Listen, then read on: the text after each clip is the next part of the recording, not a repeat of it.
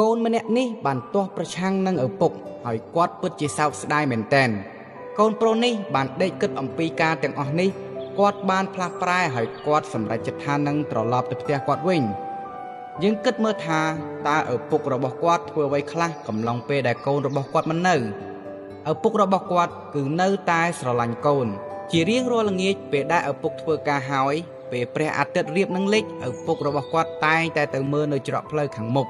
ហើយអធិដ្ឋាននិងបារម្ភពីកូនប្រុសរបស់គាត់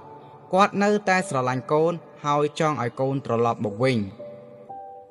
គាត់សង្ឃឹមថាថ្ងៃណាមួយកូនរបស់គាត់នឹងត្រឡប់មកវិញពី3ឆ្នាំកន្លងផុតទៅគ្រប់គ្នាគ្មានសង្ឃឹមថាកូនប្រុសនេះនឹងត្រឡប់មកផ្ទះវិញទេប៉ុន្តែឪពុកនៅតែស្រឡាញ់កូនទោះបីឪពុកដឹងថាកូនបានបំផ្លាញទ្រព្យសម្បត្តិនិងជីវិតរស់នៅឥតប្រយោជន៍ក៏ដោយក៏ឪពុកនៅតែស្រឡាញ់កូនហើយនៅល្ងាចមួយឪពុកនៅចាំផ្លូវកូនដូចសពមួយដងឪពុកបានឃើញបុរសម្នាក់ដើរមកឪពុកគិតក្នុងចិត្តថាម្នាក់នេះដូចជាជីមតែមើលទៅមិនអាចទេតែម្នាក់នេះដើរដូចជាជីមខ្លាំងណាស់មើលទៅថ្ងៃក៏ជិតលិចហើយឪពុកក៏ប្រញាប់ទៅមើលឲ្យជិតពេលនោះឪពុកបានឃើញកូនប្រុសដើរត្រេតត្រោតពាក់អាវកញ្ចាស់កខ្វក់និងក៏ក្រិចមែនទែនឪពុកបានរត់ទៅអោបកូនក្នុងដៃ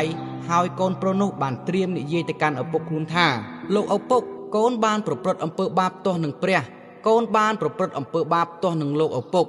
កូនមិនសមធ្វើជាកូនរបស់លោកឪពុកទៀតទេតែសុំលោកឪពុកទទួលកូនដូចជាអ្នកបម្រើម្នាក់ទៅចោះ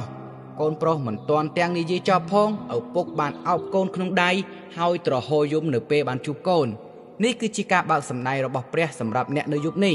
ព្រះអង្គទ្រង់រង់ចាំអ្នកគ្រប់ពេលវេលាហើយទ្រង់ក៏កំពុងរង់ចាំអ្នកដោយក្តីស្រឡាញ់ផងដែរព្រះអង្គទ្រង់ពិតជាស្រឡាញ់អ្នកខ្លាំងណាស់